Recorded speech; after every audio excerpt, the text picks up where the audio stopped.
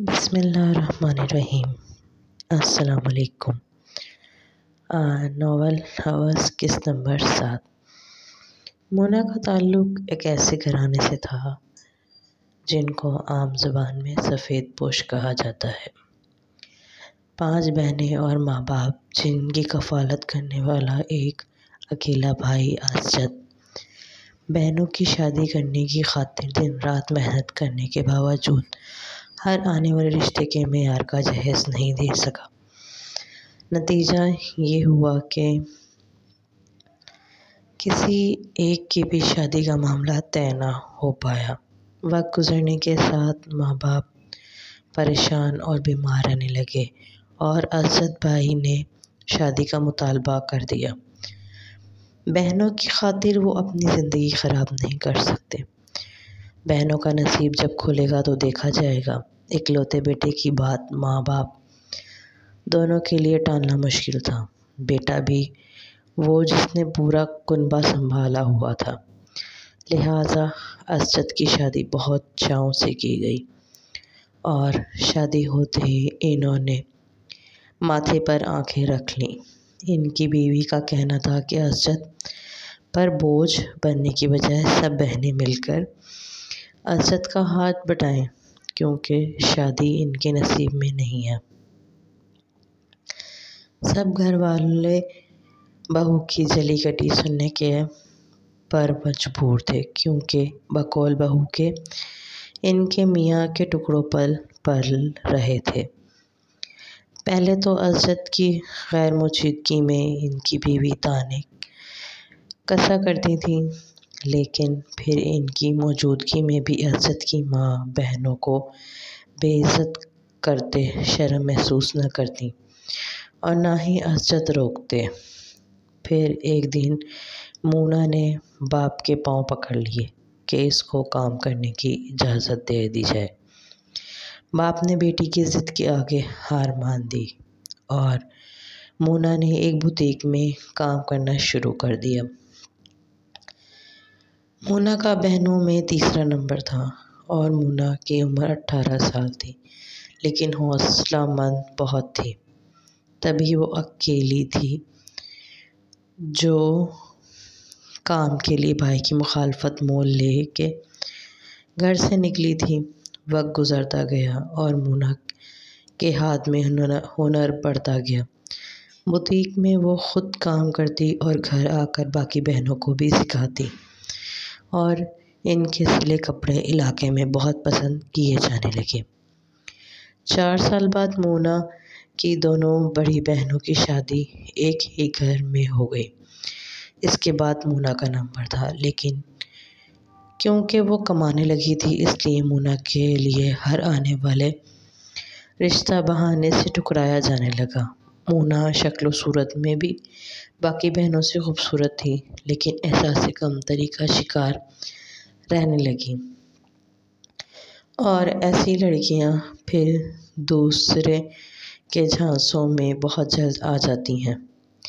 مونا بھی معظم کی باتوں میں آ گئی۔ معظم بوتیک کے لیے کپڑے سلائی کرنے آتا تھا اور ہفتے میں 2 چکر ضرور لگتے تھے۔ اس کے پھر ایک دن معظم کی نظر مونا پر پڑی اور وہیں دل ہار بیٹھا۔ بہانے بہانے سے مونا کو مخاطب کرنا، آئے دن بوتیک کے چکر لگانا اس کے معمولات میں شامل ہو چکا تھا۔ آہستہ آہستہ مونا بھی مانوس ہو گئی اور دونوں کی دوستی کب محبت کی شکل اختیار کر گئی، اس بات سے دونوں انجان تھے۔ معظم کے بعد جب مونا نے بھی اعتراف محبت کیا تو معظم نے شادی کی رٹ پکڑ لی۔ معظم کا رشتہ مونا کے گھر آیا اور 2 ٹکے کا سیلز مین کہہ کر ٹھکرا دیا گیا، لیکن اس بار مونا نے خاموشی سے اپنا راستہ بدل لیا اور معظم سے کورٹ میرج کر لی۔ معظم اور مونا دونوں کے گھر والوں نے ان سے تعلقات توڑ دیے، لیکن دونوں نے ایک دوسرے کو اپنا سب کچھ مان لیا تھا دونوں اپنی زندگی سے مطمئن اور خوش تھے۔ شادی کے 2 سال بعد مونا کی گود میں سائم آیا تو جسے ان کی زندگی میں بہار آ گئی۔ سائم نے مونا اور معظم کی محبت کو مکمل کر دیا تھا۔ اتنے عرصے میں کبھی دونوں آپس میں لڑے جھگڑے نہ کوئی فساد کیا، ہر حال میں خوش، ہر حال میں مطمئن۔ مونا کی زندگی میں بہار معظم اور سائم سے تھی، اور بہار کو مزید خوبصورت بنانے مریم آ گئی۔ لیکن کس کو پتہ تھا کہ اب یہ بہار خزاں میں بدلنے والی ہے، کیونکہ حالات کیسے بھی ہوں، جو لوگ ماں باپ کا دل دکھاتے ہیں وہ اول تو سکون پاتے ہی نہیں، لیکن اگر سکون میسر ہو جائے تو زیادہ دیر تک نہیں رہتا۔ مونا کی زندگی میں بھی نہیں رہا تھا۔ مریم کی پیدائش کے تیسرے روز معظم کا ایکسیڈنٹ ہو گیا اور وہ خالق حقیقی سے جا ملا۔ مونا کو نہ اپنی خبر رہی اور نہ اولاد کی، بس ایک غم کا پہاڑ تھا جس کے بوجھ تلے وہ دبی جا رہی تھی۔ رشتہ دار کوئی پاس نہ تھا، نہیں، اور محلے دار 3 دن کا سوگ منا کر پھر نہ پلٹے۔ لیکن صالح، جو کہ نئی بیاہ کر آئی تھی، انہوں نے اور نگار بیگم نے مونا اور اس کے بچوں کا بہت خیال رکھا۔ عدت کے شروع کے دنوں میں مونا اپنے میکے گئی، لیکن بھابھی نے ان کی 1 ماہ کی بچی کا بھی خیال نہ کیا اور دروازے سے ہی یہ کہہ کر لوٹا دیا کہ عزت پر پہلے ہی بہت ذمہ داریاں ہیں، مزید تمہارا اور تمہارے بچوں کو بوجھ اٹھانے کی سکت نہیں رکھتے، بہتر ہے جیسے آئی ہو ویسے ہی لوٹ جاؤ۔ مونا ویسے ہی آنسو بہاتی سائم اور مریم کو لے کر واپس آ گئی، لیکن ایک پختہ عزم کے ساتھ کہ آئندہ وہ اللہ کے علاوہ کسی سے کچھ نہیں مانگے گی، اور ایسا ہی ہوا۔ مونا نے عدت کے دوران گھر میں لوگوں کے کپڑے سی کر اپنا اور اپنے بچوں کا گزارا کیا۔ سائم کی عمر اس وقت 6 سال تھی اور مریم 5 ماہ کی، جب مونا نے بوتیک پر دوبارہ جانا شروع کیا، گھر میں کپڑے سلائی کرتی اور پھر مارکیٹ میں سپلائی کرتی، بازار میں طرح طرح کی نظروں اور جملوں کا سامنا کرتی، صبر کرتی، لیکن حالات نے ان کا مزاج تلخ کر دیا تھا۔ بات بات پر بچوں پر غصہ ہو جاتی، جس کا نتیجہ یہ ہوا کہ مریم ماں سے بہت دور ہو گئی۔ لیکن وقت بہت بڑا رہنما ہے، سب کچھ سکھا دیتا ہے۔ مریم نے بھی خاموش رہنا سیکھ لیا، ہر بات پہ، ہر حال میں وقت پر لگا کر اڑ گیا، اور معظم کی موت کو 12 سال گزر گئے جب ذیشان نے مریم کو اپنی ہوس کا نشانہ بنانے کی کوشش کی۔ خدا تعالیٰ کے کرم سے مریم محفوظ رہی، لیکن کئی راتیں روتی اور ڈرتی رہی، مگر زبان سے ایک لفظ نہ بولی۔ مریم، دروازے کو ٹھیک سے بند رکھنا، بھائی تمہارا دکان پہ چلا گیا ہے، صبح ہی اتوار ہے نا، تو صبح ہی سیٹھ نے بلا لیا اس کو، اور میں جا رہی ہوں کپڑے سپلائی کرنے۔ مونا نے عجلت میں ساری بات مریم کو بتائی۔ اچھا ٹھیک ہے مما، مریم نے ریموٹ سے چینل بدلتے ہوئے کہا۔ اس ناز پیٹے ٹی وی کے سر نہ ہوئی رہنا، 2-4 برتن پڑے ہیں دھو لینا، اور اٹھو کنڈی لگاؤ، بلکہ یہ کرسی آگے رکھ لو، کنڈی بھی خراب ہے، ایک جھٹکے سے کھل پڑتی ہے۔ ٹھیک ہے مما، اللہ کے حوالے۔ مریم نے دروازہ بند کیا اور آگے کرسی رکھ کر دوبارہ کمرے میں آ گئی۔ ابھی مریم آ کر بیٹھی ہی تھی کہ دروازے پر دستک ہوئی۔ اس وقت کون آیا ہوگا؟ کون ہے؟ مریم نے دور سے ہی پوچھا۔ میں ہوں ذیشان۔ تو تم کیوں آئے ہو؟ مٹھائی دینے آیا ہوں۔ نائلہ کی منگنی ہے نا اتوار کو، اس لیے۔ ابھی جاؤ، بعد میں آنا۔ کیوں؟ ابھی لے لو، میں نے اور جگہ بھی جانا ہے۔ تم آنٹی کو بلاؤ، میں ان کو دے دیتا ہوں، ذیشان نے عام سے لہجے میں کہا۔ امی نہیں ہے، بعد میں آ جانا، مریم نے ڈر پر قابو پا کر کہا۔ اچھا میں چلا جاتا ہوں، بعد میں آنٹی کو میں کہہ دوں گا کہ میں آیا تھا اور تم نے مٹھائی لینے سے منع کر دیا تھا، ذیشان نے چال چلی۔ مریم سوچ میں ڈر گئی۔ اگر اس نے ایسا کیا تو مما ڈانٹیں گی، وہ تو پہلے ہی اتنی ناراض رہتی ہیں مجھ سے۔ کچھ والدین سمجھتے ہیں کہ وہ بچوں کی تمام ضروریات خواہشات پوری کر رہے ہیں تو سب فرض ادا ہو گئے اور کسی چیز کی ضرورت نہیں ہوتی بچوں کو، لیکن ایسے والدین یہ بھول جاتے ہیں کہ بچے توجہ کے پیاسے ہوتے ہیں۔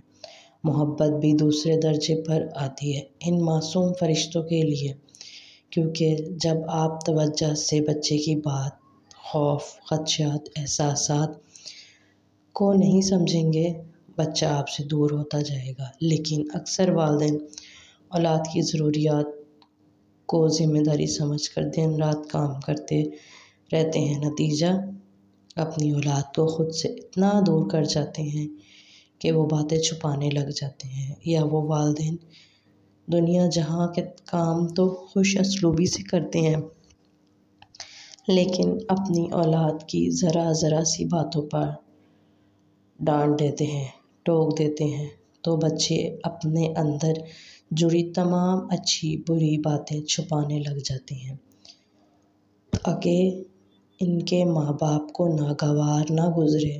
ایسے بچے جتن کرتے ہیں کہ کسی طرح ان کے والدین خوش ہو کر ان کو سراہیں، لیکن افسوس کچھ لوگ اپنی اولاد کے احساسات کو سمجھ ہی نہیں پاتے۔ مونا کا شمار بھی انہی والدین میں ہوتا تھا جو اپنی اولاد کو سمجھنے کی بجائے سمجھانے پر ہی لگے رہتے ہیں، اور مریم کا شمار ان بچوں میں ہوتا ہے جو والدین کو خوش کرنے کے چکر میں لگے رہتے ہیں اور اس کام سے ڈرتے ہیں جو ان کے ماں باپ کو ناگوار گزرے۔ اور آج بھی مریم نے ماں کی ناراضگی کے ڈر سے ذیشان جیسے مکروہ انسان کے لیے دروازہ کھول دیا، جس نے پہلے بھی مریم کو داغدار کرنے کی کوشش کی تھی۔ میں چلا جاؤں پھر؟ ذیشان نے مکاری کا مظاہرہ کیا۔ نہیں، رکو، مجھے دے دو۔ مریم نے دروازے سے کرسی ہٹا کر کنڈی کھولی ہی تھی کہ ذیشان نے اچانک سے دروازے کو دھکا دیا۔ اس اچانک افتاق پر مریم اپنا توازن برقرار نہ رکھ سکی اور زمین پر جا گری۔ ذیشان تیزی سے اندر داخل ہوا اور کنڈی لگا دی، اور ساتھ ہی شہادت کی انگلی مریم کی طرف کر کے پھنکارا۔ مریم، آواز نہ نکلے تمہاری، اور یہ میری آخری وارننگ سمجھنا، ذیشان نے زمین پر گری مریم کا منہ دبوچ کر کہا۔ چھوڑو مجھے، گندے آدمی، مریم نے ذرا چیخ کر کہا۔ اتنے میں ایک زوردار تھپڑ ذیشان نے مریم کے منہ پہ دے مارا۔ مریم، منع کیا ہے نا، آواز نہیں نکلنی چاہیے، ذیشان نے ایک ہاتھ سے کنڈی مچلتے ہوئے کہا۔ ہاں تو شہزادی، کہا تھا نا، جب تک منہ بند رکھو گی فائدے میں رہو گی، اور رہی بھی۔ ذیشان نے مریم کے گال کو انگوٹھی سے سہلاتے ہوئے کہا، جو کہ تھپڑ کی وجہ سے خاصا سرخ ہو گیا تھا۔ ہاتھ مت لگاؤ مجھے ذلیل انسان۔ ارے ارے، ابھی تو اصل ذلیل پن میں نے دکھایا ہی نہیں اور تم پہلے گھبرا گئیں۔ چلو آ جاؤ، اندر چل کر بات کرتے ہیں۔ ذیشان نے آخری بات مریم کا کان میں سرگوشی کی طرح پیچھے ہٹو کہتے ساتھ ہی آنسو مریم کی آنکھوں سے بہہ نکلے۔ ارے میری گڑیا، ایسے نہیں روتے، آ جاؤ نا، اندر چلتے ہیں۔ ذیشان نے ہاتھ بڑھا کر مریم کو اٹھانا چاہا، جسے مریم نے حقارت سے جھٹک دیا۔ اوکے، ایسے نہیں تو ویسے صحیح، لیکن اندر تو تمہیں چلنا ہی پڑے گا، کہتے ساتھ ہی ذیشان نے ایک ہاتھ مریم کے منہ پہ رکھا اور ایک ہاتھ سے مریم کو تقریباً اٹھاتے ہوئے اندر چل دیا۔ مریم ذیشان کی قید سے چھوٹنے کے لیے سر توڑ کوشش کرنے لگی، جس پر ذیشان نے کہکا لگایا، اتنی نازک سی ہو مت کرو، کیونکہ تکلیف تمہیں ہی ہوگی۔ مریم کی آنکھوں سے مارے بے بسی کے آنسو بہنا شروع ہو گئے۔ ذیشان نے کمرے میں پہنچ کر مریم کو بیڈ پر پھینکنے کے مترادف لٹایا۔ مریم نے دوبارہ اٹھنے کی کوشش کی تو ذیشان اس کے دونوں گھٹنوں پر پاؤں رکھ کر بیڈ پہ کھڑا ہو گیا۔ بس کر دو لڑکی، اتنا مت پھڑپڑاؤ، کیونکہ یہ تمہاری غلطی کی سزا ہے، تمہیں بھگتنا پڑے گی۔ نہ تم چچی کو پرانی باتیں بتاتی، نہ مجھے میرا وہ سر کا زخم یاد آتا، اور نہ میں بدلے کی آگ میں جلتا۔ خیر، اب تم چلو گی ہمیشہ، ذیشان نے پرسکون انداز میں کہا۔ خدا کے لیے رحم کرو مجھ پہ، میں کسی کو کچھ نہیں بتاؤں گی، تم بس چھوڑ دو مجھے۔ مریم نے ہاتھ جوڑتے ہوئے التجا کی۔ نہ نہ نہ، اب نہیں، ایک بار تمہاری باتوں میں آ چکا، اب نہیں۔ اس لیے رونا دھونا بند کرو۔ ذیشان نے آخری بار مریم کا دوپٹہ کھینچ لیا۔ نہیں، ایسا نہیں کرو، اللہ ناراض ہوگا، ایسا نہیں کرو، تم ایسے منہ بند کرو گی، کوئی انتظام کرنا پڑے گا۔ ذیشان نے ادھر ادھر نظر دوڑائی، پھر مریم کا ہی دوپٹہ اٹھا کر اس کے منہ پر باندھ دیا، لیکن پھر بھی مریم نے ہاتھوں سے ذیشان کو دھکے دینا شروع کر دیے۔ ابے یار، تم تو بڑی زہریلی ہو۔ ذیشان نے مریم کے دونوں ہاتھ ایک ہی ہاتھ میں پکڑ لیے اور مریم کے چہرے پر جھکنے لگا۔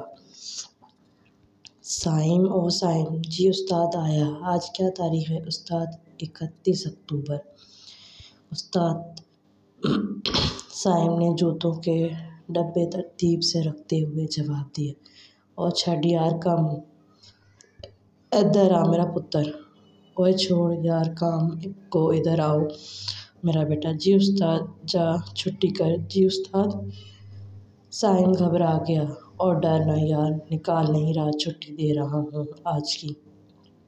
مگر استاد، میں نے تو نہیں مانگی چھٹی، صائم نے سوچتے ہوئے کہا۔ نہیں مانگی، اس لیے تو دے رہا ہوں یار چھٹی۔ تو نے پورے 30 دن کالج جانے کے باوجود کام کیا، اس لیے جا عیش کر میرا شیر۔ استاد نے خوش دلی سے کہا۔ مگر استاد، پھر ڈیلی کٹ جائے گی، صائم نے جھجکتے ہوئے کہا۔ او نہیں کاٹتی، جا تو بھاگ جا، نہیں تو میرا موڈ بدل جائے گا، پھر بیٹھا رہیں رات 2 بجے تک۔ نہیں نہیں، مجھے جاتا دیکھو اب آپ، صائم نے ہنستے ہوئے جواب دیا۔ ہا ہا ہا، جا بھاگ جا۔ استاد نے ہنستے تھینکس اللہ تعالیٰ۔ صائم نے بائک اسٹارٹ کرتے ہوئے اللہ کا شکر ادا کیا، اور بے شک اللہ کے بندے ہر حال میں اپنے رب واحد کا شکر ادا کرتے ہیں۔ راستے میں صائم نے سموسے اور چاٹ خریدے۔ آج میری چندا بہت خوش ہونے والی ہے، صائم نے سوچا اور کھانے کی اشیاء پیک کروا کر گھر کی راہ لی۔ سائم نے دروازہ بجانے کی بجائے تکنیک سے ایک جھٹکا دیا اور دروازہ کھل گیا۔ مریم بھی نہ دروازہ ٹھیک سے بند نہیں کیا، پاگل۔ سائم اندر داخل ہوا تو دیکھا کہ اندر کے دروازے کے آگے رکھی جانے والی کرسی ایسے پڑی تھی جیسے کسی نے اٹھا کے پھینکی۔ سائم نے ایک جانتی نظر کرسی پر ڈالی اور کچن میں گھس گیا، جو کہ دروازے کے بالکل پاس تھا۔ سائم نے سامان رکھا کہ اس کو کچھ گرنے کی آواز آئی۔ سائم نے فوراً کمرے کی طرف دیکھا جس کا دروازہ بند تھا۔ نہ جانے کیا سوچ کر سائم نے بھاگ کر اپنی پوری طاقت سے دروازے کو دھکا مارا۔ ایک عجیب سی تیز آواز کے ساتھ دروازہ کھلا۔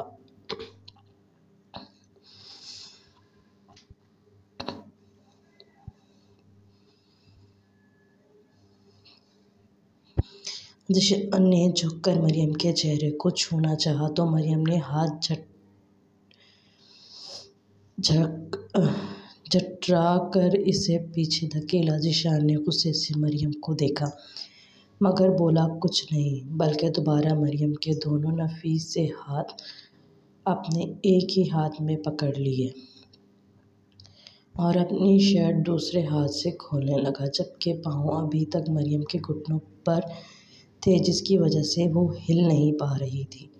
مریم نے دوبارہ ہاتھ جھڑکانے کی بھرپور کوشش کی مگر ناکام رہی۔ ذیشان نے اپنی شرٹ اتار کر مریم کے ہاتھ اپنی شرٹ سے ہی باندھنا شروع کیے اور چھک دم سے بند دروازہ ایک زوردار آواز کے ساتھ کھلا۔ ذیشان نے ہڑبڑا کر پیچھے دیکھا تو سائم اس کی طرف لپکا۔ گھٹیا کمینے، تیری ہمت کیسے ہوئی میرے گھر کی عزت کو پامال کرنے کی؟ سائم نے ذیشان کو کندھوں سے پکڑ کر بیڈ سے اتارا۔ سائم تم ذیشان کے چہرے کا رنگ اڑ گیا۔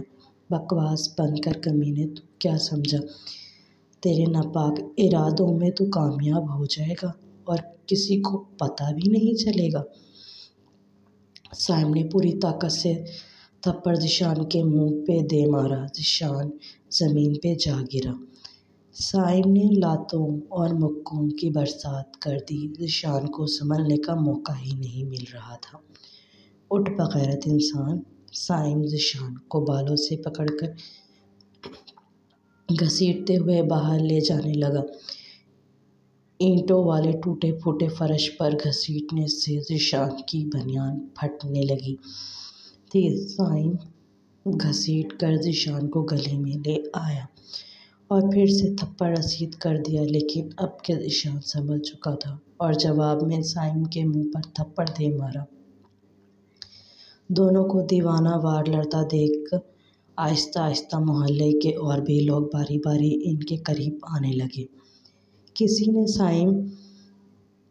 ذیشان کو اتنی بری طرح پیٹنے کی وجہ پوچھی تو سائم نے غم و غصے کے مارے دھاڑنا شروع کر دیا، یہ ذلیل انسان، یہ آدمی، گھٹیا آدمی، میرے ہی گھر میں گھس کے میری ہی بہن کو۔ اس سے آگے سائم کی آواز نے ساتھ نہ دیا اور وہ دوبارہ ذیشان کو دبوچ چکا تھا۔ میں اس کو جان سے مار دوں گا، میری معصوم اور پاک بہن کو تو نے اپنے ناپاک ہاتھوں سے چھوا کیسے کمینے؟ سائم غصے میں پاگل کی طرح چیخ رہا تھا اور ذیشان کو سمجھ ہی نہیں آ رہا تھا کہ وہ سائم کی باتوں کو جھٹلائے کیسے۔ وہ صرف یہی کہا جا رہا تھا کہ سائم جھوٹ بول رہا ہے۔ شور شرابہ سن کر رافع صاحب بھی گھر سے نکل آئے، کیونکہ یہ تمام کارروائی ان کے گھر کے بالکل سامنے ہو رہی تھی، اور صالح دروازے کی اوٹ میں کھڑی ہوئی، کیونکہ سامنے مردوں کا جھرمٹ لگا ہوا تھا۔ کیا ہو رہا ہے یہ؟ رافع صاحب نے خاصا دھاڑ کر کہا۔ آج اتوار تھا اور فجر کے بعد سو گئے تھے، لیکن اس شور شرابے کی وجہ سے بد مزہ ہو کر اٹھے تھے تاکہ ان لڑکوں کی طبیعت صاف کر سکیں، کیونکہ ان کے خیال میں کسی بے تکی بات پر یہ نکارہ لڑکے جھگڑتے ہوں گے۔ رافع صاحب کو دیکھتے ہی ذیشان ان کی طرف لپکا۔ چچا چچا یہ مار رہا ہے۔ ذیشان نے صائب کی طرف اشارہ کر کے فوراً مظلومیت کا لبادہ اوڑھ لیا۔ ذیشان کی ناک سے خون بہہ رہا تھا اور بنیان بھی پھٹی ہوئی تھی۔ دیکھ کر ہی لگ رہا تھا اس کو کتنی مار پڑی ہے۔ رافع صاحب نے صائب کو دیکھا اور حیران ہوئے، کیونکہ صائب جتنا ٹھنڈی طبیعت کا مالک تھا، اس سے ایسی توقع ہرگز نہیں کی جا سکتی تھی۔ رافع انکل، یہ ذلیل آدمی میرے گھر میں تھا اور میری بہن کی عزت پہ ہاتھ ڈال رہا تھا۔ وہ تو میرے اللہ نے مجھے وقت پہ بھیج دیا، لیکن اب میں اس کو زندہ نہیں چھوڑوں گا۔ صائب پھر بھپر گیا۔ ذیشان یہ کیا کہہ رہا ہے؟ رافع صاحب نے آنکھوں میں حیرانی لیے ذیشان سے پوچھا۔ چچا جھوٹ بول رہا ہے یہ، میں تو آپ ہی کی منگنی کی مٹھائی دینے آیا تھا، تو اس کی بہن مجھے زبردستی اندر لے گئی۔ ذیشان نے صفاقی کی انتہا کر دی۔ کیا بکواس کر رہا ہے؟ سالے جھوٹے! صائب کا ایک تھپڑ ذیشان کو پڑ جاتا اگر رافع صاحب بیچ میں نہ آتے۔ صائب حوصلہ کرو، ایسے بات مزید بگڑے گی۔ رافع صاحب تحمل سے گویا ہوئے۔ انکل آپ اس بے حیا انسان کے لیے تحمل کرنے کا کہہ رہے ہیں؟ جو شخص میری بہن کو رسوا کر رہا ہے، خدا کا خوف کریں انکل۔ آپ بھی بیٹی والے ہیں، اپنی بیٹی ہی سمجھ کر میری مریم کا فیصلہ کیجیے گا۔ صائب کی آنکھوں سے آنسو بہہ رہے تھے۔ رافع صاحب کو یکدم سانپ سونگھ گیا، جبکہ نورے کے بارے میں سوچ کر سالم نے دروازہ کھولا اور تمام مردوں کو راستہ دینے کا کہتی مریم کے گھر چلی گئی۔ مریم میری بچی! مریم کے ہاتھ ذیشان کی شرٹ سے بندھے ہوئے تھے، جبکہ دوپٹہ اس کے منہ پہ سختی سے باندھا ہوا تھا۔ سالم مریم کو اس حال میں دیکھ کر تڑپ گئی۔ سالم کو دیکھ کر مریم نے گھٹی گھٹی آواز میں رونا شروع کر دیا۔ سالم نے مریم کے منہ پر سے کپڑا ہٹایا اور ہاتھ کھول کر شرٹ اٹھائے باہر کی طرف چل دی۔ باہر آ کر سالم نے دیکھا کہ روحان بھی آ چکا تھا، جو خاموش کھڑا تھا اور ذیشان مریم پر بیہودہ الزامات لگا رہا تھا۔ ایک ایسی بچی پر جس کی عمر 13-14 سال، جبکہ صائب سر جھکائے کھڑا ہے، مانو جیسے ذیشان سچا ہو اور وہ جھوٹا۔ سالم بغیر کسی کی پرواہ کیے لوگوں کے اس جھرمٹ کے بیچ میں گھس کر ذیشان کے سامنے جا کھڑی ہوئی۔ سالم اندر جاؤ تم۔ رافع صاحب دبے دبے غصے سے مخاطب ہوئے۔ سالم نے ایسے ظاہر کیا جیسے انہوں نے رافع صاحب کی بات سنی ہی نہیں۔ اگر تم مریم کے کہنے پر گئے تھے تو یہ تمہاری شرٹ اس کے ہاتھ کیوں باندھے ہوئے تھے؟ سالم نے تمام لوگوں کے سامنے شرٹ ذیشان کے منہ پہ دے ماری۔ سالم ہم بات کر رہے ہیں نا، تم اندر جاؤ۔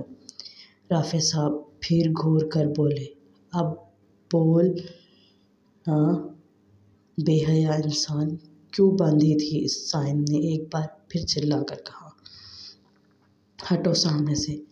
کیا سیاپا ہے؟ سب کو پیچھے ہٹاتے راستے بنا کر منور تھانے دار نے سوال کیا، جو اس محلے میں رہتا تھا۔ رافع صاحب نے اس کے آتے ہی سالم کا ہاتھ پکڑا اور گھر چلے گئے۔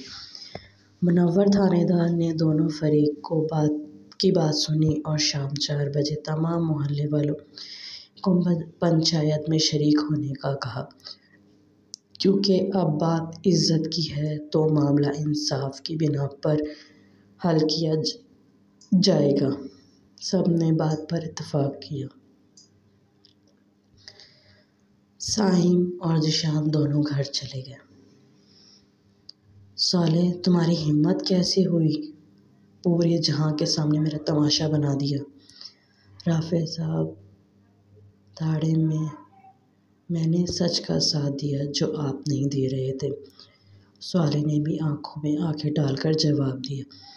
کیا بکواس کر رہی ہو؟ میں نے کب جھوٹ کا ساتھ دیا؟ جرم پر خاموش رہنا مجرم کا ساتھ دینا ہی تو ہوتا ہے رافع۔ یعنی تمہیں لگتا ہے کہ ذیشان نے مریم کے ساتھ برائی کرنے کی نیت سے اس کے گھر تک خود رسائی حاصل کی؟ رافع صاحب نے ایسے پوچھا جیسے یقین ہو کہ صالح انکار کر دے گی۔ مجھے لگتا نہیں ہے، 100% یقین ہے کہ ذیشان جیسا گھٹیا انسان مریم کی طرف بری نیت لے کر ہی گیا تھا۔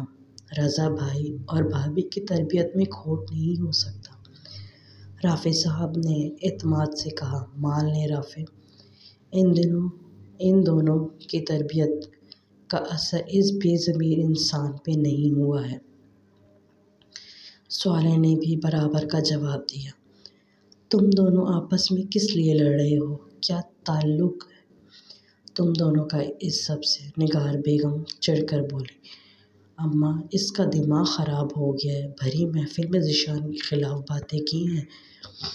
اس نے کیا سوچیں گے لوگ کہ میری بیوی میں حیا نہیں ہے جو مردوں میں یوں بے باکی دکھا رہی ہے۔ ذیشان کے خلاف ہو نہ تم، دیکھنا شام کو پنچایت میں فیصلہ اس کے حق میں ہوگا۔ میں خود گواہی دوں گا اس کے حق میں، کیونکہ مجھے رضا بھائی کی تربیت پر پورا بھروسہ ہے۔ رافع صاحب نے یہ سب باتیں صرف صالح کو نیچا دکھانے کے لیے بولی تھی۔ آپ پنچایت میں نہیں جائیں گے رافع صاحب، صالح نے دو ٹوک بات کی۔ اور یہ تم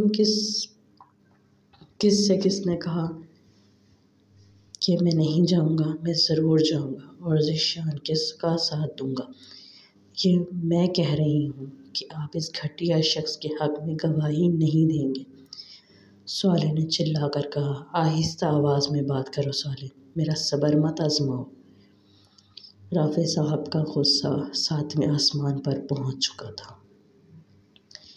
ان دونوں کی 12 سال میں پہلی بار ایسی تلخ کلامی ہوئی تھی کہ دونوں ہی خاموش نہیں ہو رہے تھے۔ میں صبر آزما رہی یا آپ؟ بار بار اس گھٹیا انسان کے فیور میں آپ بول رہے ہیں جو دوسروں کی بہنوں بیٹیوں کو اپنی ہوس کا نشانہ بنانے کی تاڑکی لگا رہتا ہے، اور صبر میں آزما رہی ہوں آپ کا؟ صالح نے افسوس بھری نگاہوں سے میاں کو دیکھا۔ کیا ثبوت ہے تمہارے پاس کہ مریم کا قصور نہیں، ذیشان ہی غلط ہے؟ ہو سکتا ہے واقعی مریم نے بلایا ہو ذیشان کو۔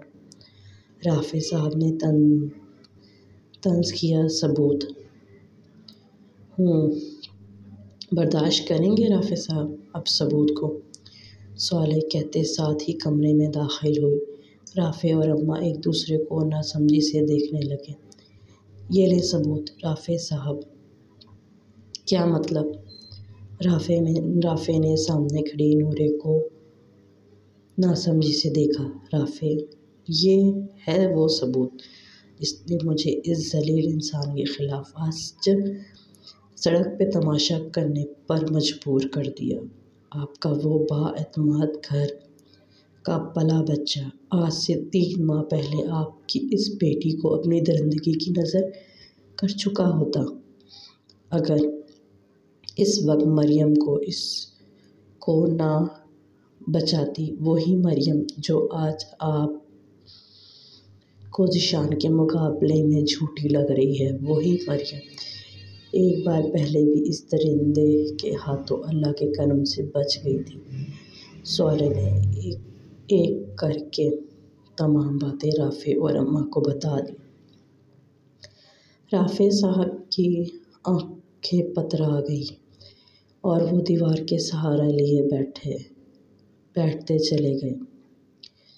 صالح نے آگے بڑھ کر رافع کے دونوں ہاتھ پکڑے۔ رافع سنبھالیں خود کو، میری نورے کو اس نے رافع کے گلے میں جیسے آنسو کا گولا اٹک گیا۔ رافع میرا بیٹا، ہوش کرو، وہ ماں ہو کے سب برداشت کر گئی تو تمہیں تو حوصلہ کرنا چاہیے اور شکر کرو ہماری نورے محفوظ ہے۔ نگار بیگم نے بیٹے کے آنسو صاف کرتے ہوئے سمجھایا۔ یکدم رافع اٹھ کھڑے ہوئے۔ میں اس نیچ انسان کو زندہ نہیں چھوڑوں گا۔ نہیں رافع، آپ کو اللہ کا واسطہ ہے، آپ ایسا کچھ نہیں کریں گے۔ صالح نے ہاتھ جوڑتے ہوئے کہا، میں نے ہمارا معاملہ اللہ کے حوالے کر دیا ہے، اب وہی انصاف کرے گا۔ جاری ہے۔ اب تک آپ لوگوں کا انٹریسٹ اور کامنٹ پڑھ کر اندازہ ہو چکا ہے کہ آپ لوگوں کو ناول بہت پسند آ رہا ہے۔ اپنی قیمتی آراء سے ضرور نوازتے رہیے اور اپنا بہت سارا خیال رکھیے اور دعا میں یاد رکھیے گا، اور میرے چینل کو لائک، سبسکرائب اور شیئر ضرور کریں اور اپنا بہت سارا خیال رکھیے گا۔ اللہ حافظ۔